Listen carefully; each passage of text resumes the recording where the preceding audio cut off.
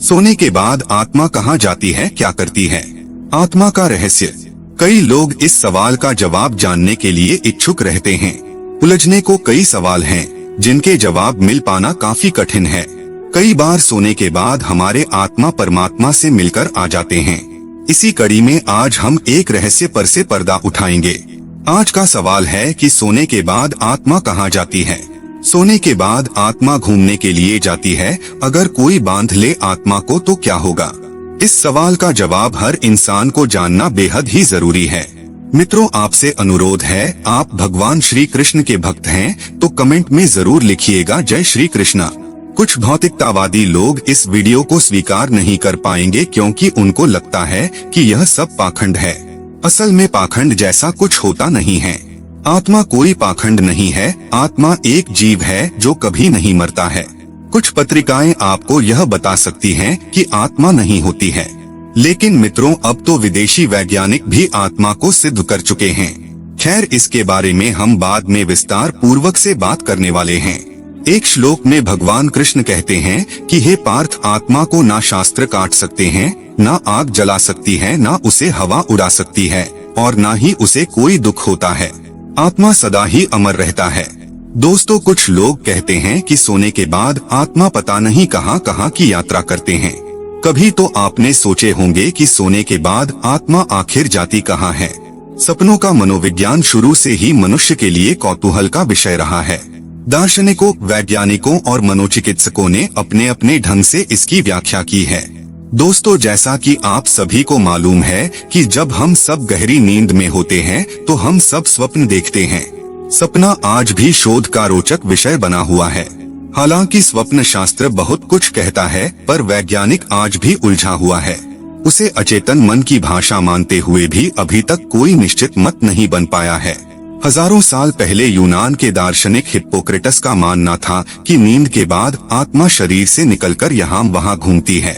उस स्थिति में वह जो देखती या सुनती है वही स्वप्न है। प्लेटो ने अपनी पुस्तक टाइमिमस में स्वप्नों को दैहिक एवं मानसिक लक्षणों की अभिव्यक्ति के रूप में बताया है। अरस्तु ने लिखा है कि मनुष्य ही नहीं, भेड़, बकरियां, गाय, कुत्ते और घोड़े आदि भी सपने देखते हैं। सनातन ज्ञान कथा चैनल आप सभी को हार्दिक स्वागत करता है और आपसे हाथ जोड़कर अनुरोध करते हैं कि कृपया हमारे चैनल पर पहली बार आए हैं तो चैनल को सब्सक्राइब अवश्य कीजिएगा। वीडियो पसंद आए तो अपने दोस्तों के पास शेयर जरूर कीजिए। हमारे मन में बहुत सारे सवाल उठते रहते हैं। उन्हीं में एक सवाल यह आता है कि सोने के बाद आत्मा कहाँ जाती है। आइए विस्तार से जानते हैं, बने रहे वीडियो के अंत तक। जब हम रात में सोते हैं तो उस समय आत्मा का क्या होता है? क्या वह शरीर में रहती है या फिर कहीं चली जाती है? और भी ऐसे कई सारे सवाल होते हैं जिनका जवाब इंसान जानना चाहता है, क्योंकि हर कोई चाहता है वह अपने बारे में सब कुछ जाने। और जब आत्मा की बात आती है तो लोग इसके प्रति ज्यादा जिज्ञासु हो जाते हैं। वह जानना चाहते हैं कि आखिर हम इसके बारे में कैसे जान सकते हैं। बहुत सारे लोग तो ऐसे होते हैं जो साधु संत की मदद लेते हैं और उनसे जाकर इस बारे में बात करते हैं। पुराणों के अनुसार आत्मा की गति और उसके किसी लोक में पहुंचना का वर्णन अलग अलग मिलता है। हम पौराणिक मत को जानेंगे, लेकिन पहले संक्षिप्त में वैदिक मत भी जान लें जो कि गति के संदर्भ में है। क्या हमारी आत्मा शरीर में ही रहती है या हमारी आत्मा मानव शरीर से अलग हो जाती है? जो व्यक्ति बहुत ज्यादा थक हार कर सो जाता है तो उस समय उसे बहुत ही अजीब अजीब चीजें दिखाई देती है और कभी कभार तो आत्मा परमात्मा से मिलने पहुंच जाती है। तब हमें ऐसा प्रतीत होता है कि हमारी मृत्यु हो चुकी है और हम भगवान के पास आ गए हैं। हम उन्हें साक्षात देखते हैं, जिससे हमें काफी सुकून महसूस होता है और वहां से आने के मन नहीं करता है, क्योंकि सोने के बाद हमारा शरीर बिल्कुल मृत की तरह हो जाता है। और कई बार तो इंसान को जगाने पर भी वह नहीं जागता है, क्योंकि उस समय उसकी आत्मा बहुत दूर जा चुकी होती है, जिस वजह से इंसान काफी देर में जाग पाता है। आप लोगों ने भी कभी कभार ऐसा महसूस किया होगा कि आपने अपने सपने में अपने इष्ट देवता को देखा है, आप उनसे बातें की हो या फिर आपने अपनी परेशानियों को उनको बताया है। वह आपको दर्शन दे रहे हैं और आप उन्हें देख रहे हैं। कई सारी ऐसी और प्रक्रिया होती हैं जो आपके लिए बहुत ही अनमोल होती हैं और बहुत ही शुभ होती है। आप यह सोचते हो कि आप अब यही रहे और बस इन्हीं को देखते रहे, पर यह सब आपकी आत्मा कर रही होती है। जिस दिन आप यह सपने देखते हैं, यानी कि आपका आत्मा परमात्मा से मिलती है, उस दिन आप काम तन मन पूरी तरह से शुद्ध होता है। मित्रों, सोने के अंदर भी आत्मा अचेतन मन से जुड़ जाती है, इसलिए सोने को एक दूसरी मौत का नाम दिया गया है। सोने के बाद आपकी आत्मा भविष्य के अंदर जा सकती है। कभी कभी आपका आत्मा आपका भविष्य भी देखा है। दोस्तों, जैसा कि हमने आपको बताया, सोने के बाद आपका अचेतन मन आत्मा के सहारे भविष्य के अंदर जा सकता है। वह भविष्य को देख सकता है, उसके अंदर वह क्षमता होती है। आपके सामने कई ऐसे उदाहरण होते हैं जिनमें सोने के बाद हमारा अचेतन मन भविष्य के अंदर चला गया था। आपने कभी खुले आंखों से जो चीज नहीं देखे होंगे, वह आपका बंद आंखों यानी सोने के बाद आपका आत्मा देखते हैं। आपको भी कई ऐसे सपने आए थे कि वो बाद में सच हो गए। इस तरह के सपने हमें तब आते हैं जब हमारा अचेतन मन भविष्य के अंदर जा चुका होता है। हमारा अचेतन मन भविष्य को कैसे जान लेता है, इसके बारे में कहना मुश्किल है, लेकिन ऐसा माना जाता है कि जो भौतिक जगत के अंदर घटित होता है, वह उससे पहले ही सूक्ष्म जगत के अंदर घटित हो चुका होता है। इसका मतलब यह है कि हमारे साथ पहले सूक्ष्म जगत में घटित होता है और उसके बाद ही उसका असर भौतिक जगत पर पड़ता है। जब हम सो जाते हैं तो हमारा अचेतन मन अनंत ब्रह्मांड में जुड़ जाता है और वह कहाँ पर क्या हो रहा है वह यह देख सकता है। कभी कभी हमारा आत्मा सोने के बाद वैकुंठ धाम भी दिखाते हैं, ठीक उसी प्रकार जैसे देवता दूर रहकर भी कहीं भी देख सकते हैं। और जो सूक्ष्म जगत के अंदर घटित हो चुका है, उसे आसानी से अचेतन मन पता लगा लेता है। भविष्य बताने वाले सपनों के अंदर हमारा अचेतन मन उस स्थान पर जाकर देख सकता है, या कहें कि वह उस स्थान पर यहीं से देख सकता है। इसी तरह का सपना एक बार मुझे भी आया था। हमारा बुआ का एक लड़का था और उसकी मौत गौर के दिन हुई थी। हमको नहीं पता था कि उसकी मौत हो चुकी है, लेकिन उसी दिन सपने में मैंने देखा कि उसकी मौत हो चुकी है। हालांकि मैंने इसको फेक माना, लेकिन सुबह जब पता चला कि सच में बुआ के लड़के की मौत हो चुकी है तो हैरान रह गया। हालांकि हर सपना सच नहीं होता है, 100 में से एक ही सपना होता है जो सच होता है। तो आप सपने देखने के बाद घबराएं नहीं, मन को शांत रखें। दोस्तों, यह तो केवल हम लोगों के साथ ही घटित होता है, ऐसा नहीं है। आपके घर परिवार के अंदर भी कुछ ऐसे लोग हैं जिन्होंने सपनों के अंदर भविष्य देख लिया है। आपको बता दें कि सारा भविष्य कोई फिक्स नहीं होता है, लेकिन कुछ चीजें फिक्स होती हैं। दोस्तों, सोने का मतलब होता है आपका चेतन मन सो जाना।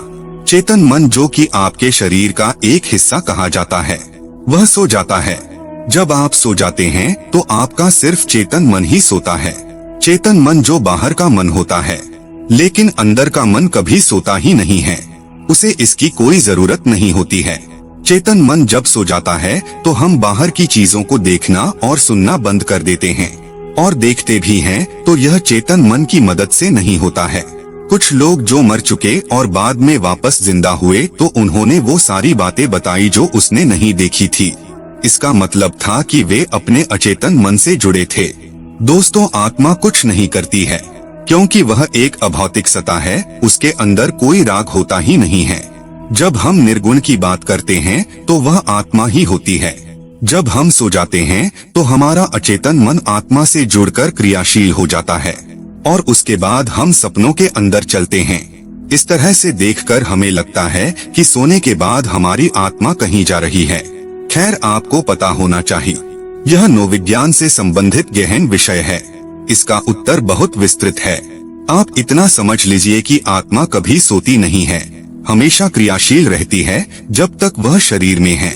ऐसा कहते हैं कि मृत्यु के पश्चात अनंत आकाश में विलीन हो जाती है। वैसे तो इसका प्रामाणिक जवाब तो किसी के पास नहीं है, पर मैं अपने अनुभव और आत्मा के बारे में पढ़ने से पता चला कि आत्मा मस्तिष्क में सुई की नोक के बराबर एक सफेद रंग का चमकता एक बिंदु है, जो शरीर में हर जगह घूम घूम कर चेतना को बनाए रखती है। यदि आप सोच रहे हैं कि सोने के बाद आपकी आत्मा कहीं पर जाती है, तो आप गलत सोच रहे हैं। असल में आत्मा हर जगह पर सुलभ है। मतलब हर जगह पर उपलब्ध, लेकिन आपकी आत्मा कुछ कर्म के ढांचे के अंदर बंद हो जाने की वजह से आपको यह लगता है कि आप एक अलग इकाई हैं, लेकिन ऐसा नहीं है। यदि आप उस कर्म के ढांचे को हटा देते हैं तो आपकी आत्मा या मेरी आत्मा जैसी कोई चीज नहीं होती है। इसका मतलब यह है कि सोने के बाद आपकी आत्मा कहीं नहीं जाती है, उसे कहीं पर जाने की जरूरत नहीं होती है, लेकिन आपका मन गति करता है। इसी गति को हम अपनी आत्मा की गति मानते हैं। सपने में हम वर्तमान को देख सकते हैं। दोस्तों, सपने में तीसरी स्थिति यह होती है कि हम वर्तमान को हूबहू देख सकते हैं, जो वर्तमान में घटित होता है, और हम उसे सपने के रूप में देख रहे होते हैं। इस तरह के सपने हमें यह बताते हैं कि कहां पर क्या हो रहा है। दोस्तों, इस प्रकार के सपनों के मेरे पास तो कई प्रमाण नहीं है, लेकिन एक घटना का उल्लेख करना चाहूँगा। डॉक्टर अरुण कुमार लिखते हैं कि एक बार जब वे सो रहे थे तो उन्होंने देखा कि सज्जन जी उसके पास आए हैं और बोल रहे हैं कि मैं तो जा रहा हूँ, तुम बच्चों का ध्यान रखना। उसके बाद अचानक से लेखक की आंख खुलती है तो समय देखते हैं यह रात का 3 बजा है। उन्हें समझ नहीं आता है कि यह सब कैसे हो गया और सज्जन जी का यहाँ पर आने का क्या मतलब। लेकिन जब सुबह होती है तो पता चलता है कि सज्जन जी तो रात को 1 बजे ही मर चुके थे। सपने में हम वर्तमान को देख सकते हैं। दोस्तों, यह सज्जन जी की जीवात्मा थी। भले ही लेखक का चेतन मन नहीं जागा था, लेकिन अचेतन मन जागा हुआ रहता है, और यही वजह थी कि उन्होंने इसको एक सपने के रूप में देखा। जीवात्मा अचेतन मन से आसानी से संपर्क कर सकती है, लेकिन चेतन मन से संपर्क करना उसके लिए इतना आसान नहीं होता है। इसीलिए तो देवता और दूसरी आत्माएं सपने के माध्यम से कुछ कहती हैं। चेतन मन की अपनी सीमा होती है और अचेतन मन की अपनी सीमा होती है। इसमें एक भौतिक होता है तो दूसरा सूक्ष्म होता है। सोने के बाद आप भूतकाल देख सकते हैं। आपको बता दें कि आत्मा एक सहयोगी है, यह मात्र सहयोग कर सकता है। इसके कारण संभव है सोने के बाद दूसरी संभावना यह है कि आपका अचेतन मन भूतकाल को देख सकता है। यहाँ पर हम भूतकाल के चर्चा कई उदाहरणों से देखेंगे। भूतकाल का मतलब होता है कि जो घटित हो चुका है और उसके अंश आपके अंदर मौजूद हैं, लेकिन चेतन मन उन तक पहुँच नहीं सकता है। लेकिन अचेतन मन के लिए इन चीजों तक पहुँचना आसान होता है। जब हम संचित सूचनाओं की बात करते हैं तो उन सूचनाओं की बात करते हैं जो आपने अपने अनेक जन्मों के अंदर संचित की हैं। वे अभी भी मौजूद हैं, लेकिन आप उन तक पहुंच नहीं पा रहे हैं। जब आप सपने के अंदर होते हैं तो आपका अचेतन मन उन सूचनाओं को आपको सपने के रूप में दिखाता है जो पहले ही हो चुका है। दोस्तों, इसी का तो परिणाम होता है कि हम कई बार ऐसी चीजों के सपने देखते हैं जिनके बारे में हम इस जीवन के अंदर कुछ जानते भी नहीं हैं, कहीं देखे भी नहीं होते हैं। वैसे सपने भी हम देख सकते हैं। कई लोगों के साथ ऐसा होता है। एक महिला को सपने में एक ऐसा मंदिर दिखाई देता था जो उसने कभी देखा ही नहीं था। उसके बाद जब उस महिला ने उस मंदिर को खोजने का प्रयास किया तो वह मंदिर उसे सचमुच मिल ही गया था। उसके बाद महिला को पता चला कि यह उसके पूर्व जन्म का स्थान था, इसीलिए उसे बार बार इस मंदिर के सपने आते थे। इसका यही मतलब था कि सपने के अंदर अचेतन मन उसे यह सूचना दिखाने की कोशिश कर रहा था। शायद यह जागरूक करने के लिए था। इसी सिलसिले के अंदर आइए हम जानते हैं कि किस प्रकार से हमारा अचेतन मन पूर्व जन्म की घटनाओं के अंदर पहुंच जाता है। मैं बहुत दिनों से यह जानने की फिराक में था कि मैं अपने पिछले जन्म के अंदर क्या था, लेकिन मैं नहीं जान पा रहा था क्योंकि मुझे इसका पता नहीं था। खैर, उसके बाद मुझे अपने प्रश्न का हल निकालने का एक तरीका मिला और मैंने सोते समय इस प्रश्न को बार बार अपने अचेतन मन से करना शुरू कर दिया, और ऐसा रोज सोने से पहले करता था। लगभग 8 दिन तक लगातार करने के बाद मुझे एक सपना आया जिसके अंदर मैंने देखा कि मैं एक औरत हूँ और मैं एक काफी बड़े घर के अंदर जन्मी हूँ। अब जो मेरी माँ है वह उस जन्म में मेरी सास थी। हम लोग बहुत अधिक अमीर हैं। हालांकि मैं यह नहीं देख पाया कि उस औरत का मुंह कैसा था।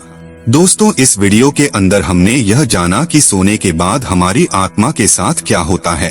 असल में हमारा चेतन मन ही सोता है, अचेतन मन जागृत अवस्था के अंदर ही रहता है। इस संबंध में मैं आपको एक दिलचस्प घटना और सुनाता हूँ। असल में हमारे घर के अंदर जब नेगेटिव ताकतों का प्रभाव बढ़ जाता है तो हमें नींद नहीं आती है और हम काफी परेशान हो जाते हैं। रात को बार बार अचानक से आंख खुल जाना इसी बात का संकेत होता है। हमारे घर के अंदर देवताओं की मूर्तियां रखी हुई हैं। एक दिन हमने उन सबको उठाकर घर के बाहर बने मंदिर में रख दी थी। आपको बता दें कि हमारे घर के आसपास एक नेगेटिव ताकत है जो काफी समय पहले यहीं से होकर मर गई थी। और जहाँ नेगेटिव शक्ति होती है यानी भूत प्रेत होते हैं, वहाँ अजीब सा सपने आना आम बात है। वह प्रेत रूप में घूमती है। उसी दिन के बाद मेरे साथ गड़बड़ होना शुरू हो गया। मैं रात को सोता लेकिन बार बार मेरी आंख ना जाने कैसे खुल जाती। आज तक ऐसा नहीं हुआ था और आंख खुलने के बाद मुझे यह एहसास होता कि कोई यहाँ पर है। हालांकि मैं किसी को देख नहीं पाया था। नेगेटिव शक्ति हर कोई नहीं देख पाता है। मैं भूल चुका था कि यह सब मूर्तियों के कारण हो रहा है।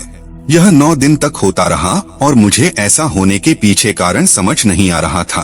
उसके बाद 10वें दिन मैंने बार बार रात को नींद खुलने की वजह के बारे में सोचा और विश्लेषण किया तो पता चला कि यह मूर्ति के हटाने के बाद से ही हो रहा है। आपके घर में किसी भी देवी देवता के मूर्ति का होना कितना आवश्यक है यह तो आपने जान चुके होंगे।